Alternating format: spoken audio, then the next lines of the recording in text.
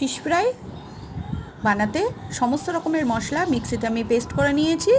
পেঁয়াজ, আদা, রসুন, ধনেপাতা, গরম মশলা, চাট মশলা সব করে, আর এইদিকে মাছের ফিলেগুলোকে কেটে রেখেছি।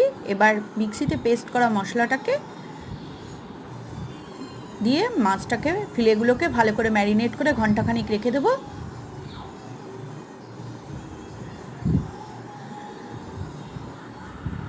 নুন, হলুদ সব দিয়ে ম্যারিনেট করে ঘন্টাখানিক পরে ব্রেড ক্রাম্ব কোট করে ডিমের গোলায় চুবিয়ে দুবার করে কোট করে নেব।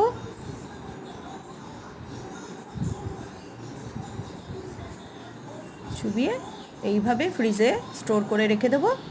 যখন প্রয়োজন হবে তখন বের করে ভেজে নেব। পুরো ভিডিওটা দেখতে হলে আমার চ্যানেলে দেখে নেবে, নন্দিনীস কিচেন ব্লগিং অ্যান্ড কুকিং। ফিশ ফ্রাইগুলো এইভাবে ভেজে তুলে নেব।